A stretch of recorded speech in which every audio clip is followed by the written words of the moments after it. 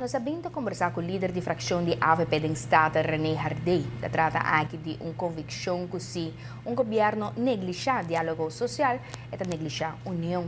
Essa ajuda explica que é tema que definir a agenda de diálogo social no último ano.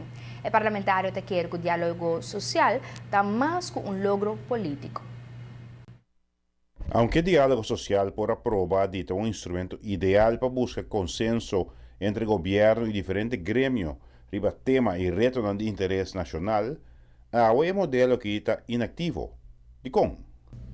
Para conservar como algo importante e não maneira a oposição de vista reemplaçar o parlamento ou o governo, vai diálogo social com tu de governação. E agora a oposição não tem razão que restituir o governo.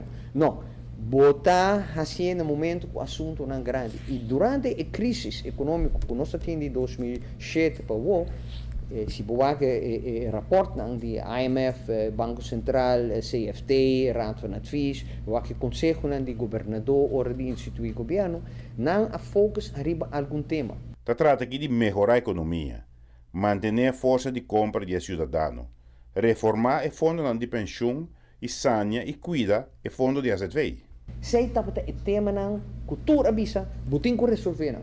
Foi de 2007, 2008, o Banco Central de seu rapport 2009 bisa, refineria será, economia está caindo, turismo está caindo, saki não botem que hasi promete que vou pôr vai papia de melhorar a Aruba. Não a fijar de prioridade.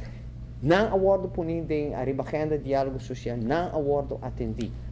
6 anos depois do rapport, cada de tema abordo atender.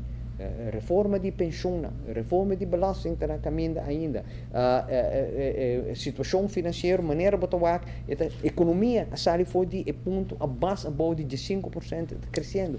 Questo aqui parlamentário quer visa que a atender o ponto de prioridade e dessa aqui não por subestimar o papel de diálogo social.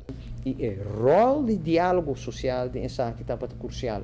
Porque não está governo só tem um manejo, ela apresentei, ela discutiu, sindicato na dono de trabalho avisa um tique mais aqui, um tique mais aí, vão cambiar, vão incluir um ponto de vista, e te pensei, é logro político, mas é também do diálogo social, logro de país aqui, de forma que nós atender assunto de crise, assunto grande, e não tal que, por exemplo, a oposição de vista do wishy-washy, está ofensivo, vou chamar diálogo social assim.